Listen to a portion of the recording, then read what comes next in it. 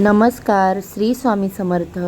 बघा, उद्या आहे नारळी पौर्णिमा आणि रक्षाबंधनाचा सण. तर उद्याच आलेलं आहे वरदलक्ष्मी व्रत. हे वरदलक्ष्मी व्रत वर्षातून एकदाच येते. तर हे व्रत कसं करायचं? अगदी साधं आणि सोपं व्रत आहे.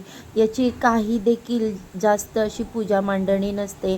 आपण जसं वैभवलक्ष्मी व्रत करतो त्याच पद्धतीने हे व्रत असतं. थोडंसं ह्याच्यामध्ये पूजा मांडणीत फरक असतो.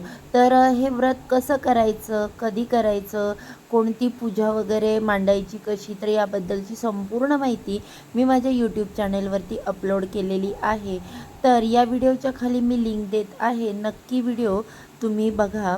तुम्हाला जर व्हिडिओ आवडला तर जाता जाता एक लाईक नक्की करा. अजूनही माझ्या चॅनलला सबस्क्राईब केलं नसेल तर सबस्क्राईब करा. बाजूला असणारे बेल आयकॉन देखील प्रेस करा. धन्यवाद.